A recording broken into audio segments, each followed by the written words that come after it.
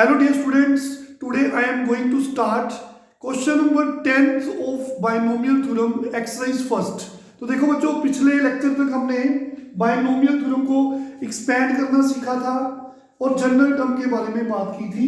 तो आज question 10th में क्या है, using binomial theorem indicate which term among 1.1 raise to power 10,000 और 1000 इज ग्रेटर।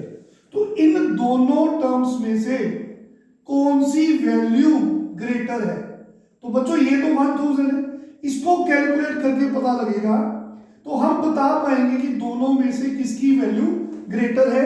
हमें बायनोमियल थ्योरम की हेल्प लेनी है। तो देखेंगे, तो first one is 1.1 raise to power 10,000। तो बच्चों मैं 1.1 को ब्रेक कर सकता हूं 1 plus 0.1 that is 0.1 raise to power 10,000। इसको ओपन करेंगे, बाइनोमियल थ्योरम लगाएंगे। ये ए का काम कर रहा है, ये बी का काम कर रहा है, ये एन है। तो बच्चों इसे सोल्व करेंगे। जैसा कि आपको बाइनोमियल थ्योरम एक्सपेंड करनी सिखा चुके हैं हम। एन सी नॉट 0 स्टार्ट यहीं से होता ना, ये पावर सी नॉट, फिर फर्स्ट टर्म इसकी पावर, दोनों का difference 10,000 minus 0 multiply second term ये वाली 0.1 इसकी पावर ये 0 जो पैर में। सबको बाइनोमियल थ्योरम एक्सपेंड करनी आती है। प्लस फिर हम लिखते हैं NC1 that is 10,000 C1 multiply ये फर्स्ट टर्म इसकी पावर, दोनों का डिफरेंस मल्टीप्लाई सेकेंड टर्म 0.1 इसकी पावर 1 प्लस।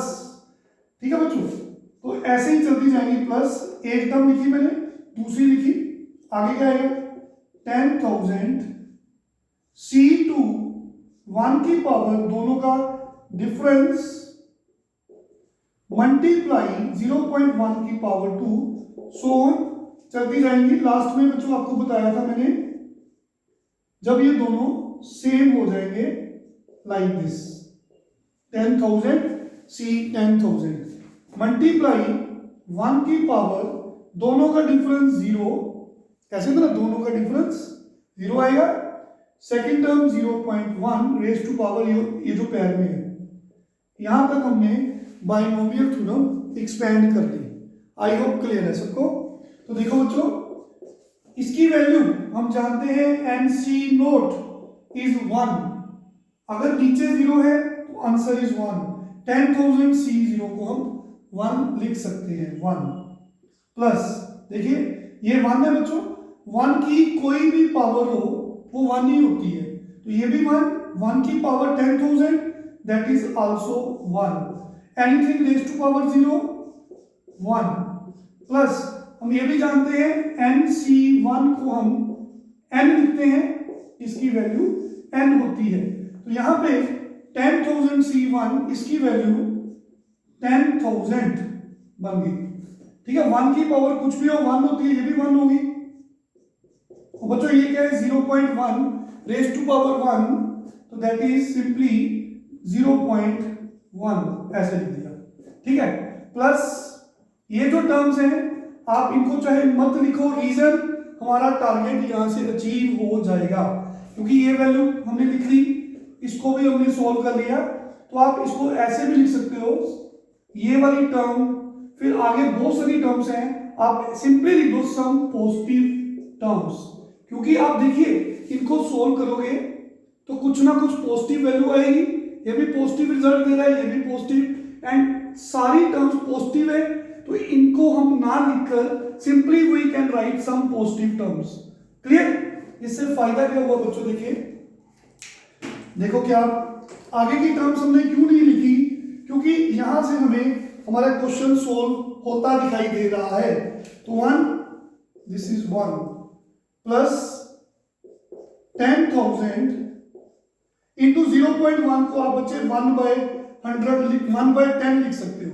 तो this is 1/10 plus some positive terms.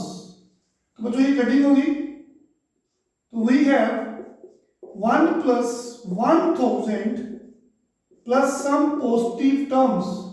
अब आपको क्लियर हो गया होगा कि वी हैव 1001, इनको प्लस किया, सम किया, प्लस सम पॉजिटिव टर्म्स। तो बच्चों this quantity is surely it is greater than 1000, greater than 1000। तो 1001 में कुछ भी पॉजिटिव टर्म्स अगर आप ऐड करोगे तो उसकी वैल्यू 1000 से ग्रेटर आएगी। तभी तो हमने आगे सोल्व नहीं किया, क्योंकि ये दो टर्म्स से ही पता लग गया कि हम कह सकते हैं 0.1 रेज टू पावर 10,000 है ना, इज ग्रेटर देन 1000। तो ये जो वैल्यू आई है 1001 प्लस सम पॉजिटिव टर्म्स, तो 1001 में कुछ और पॉजिटिव टर्म्स ऐड करेंगे तो क्वाइट ऑब्वियस आंसर जो है 1000 से बड़ा ही आएगा। तो our answer is 0.1 is greater than 10,000। तो बच्चे ऐसे ही सारे क्वेश्चन हैं, आप ये क्वेश्चन ट्राई करेंगे, इसके साथ वाले क्वेश्चन ट्राई करेंगे, तो नेक्स्ट लेक्चर में हम आगे कंटिन्यू करेंगे। Thank you very much, take care.